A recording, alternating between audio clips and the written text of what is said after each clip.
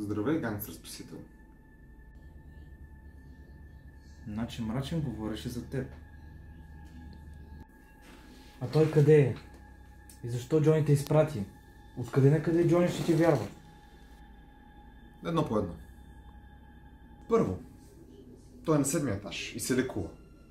Второ, аз не исках само да те спася заради него. Имам си и моите мотивации. Но явно се чудиш. Защо дух като мен помага на хора като вас? Нека да чуя историята и ще преценя какво да правим след това. Ти си гангстър спасител. Да. И какво от това? Ти си бая известен около цялата сграда.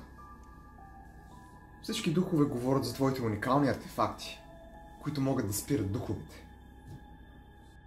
Мирзливите чорапи, метлата. Тези неща са безценни. Искам от теб ръкавиците. Искаш един от моите шедьоври да падна в ръцете на врага. Ти си луд. Но това е гангстър спасител. Аз не съм ваш враг. Преди много години брат ми беше убит от шефа. И емоциите ми се възвърнаха. Аз искам само едно нещо. Да падне тази сграда.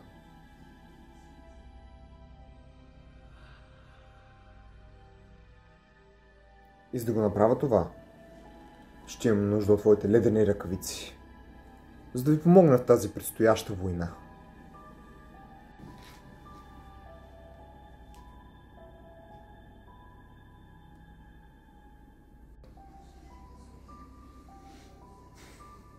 Добре, Воден.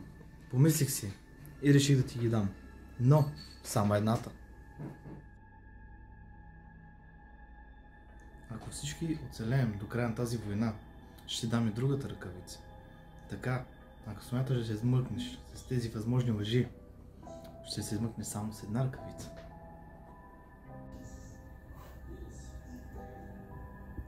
Добре, гангстър. Добре.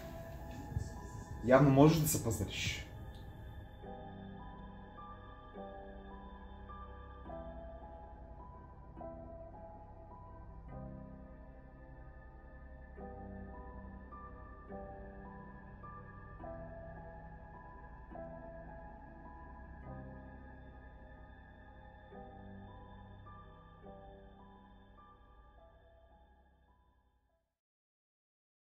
Ако всички оцелеем до края на тази война, ще ти дам баничка.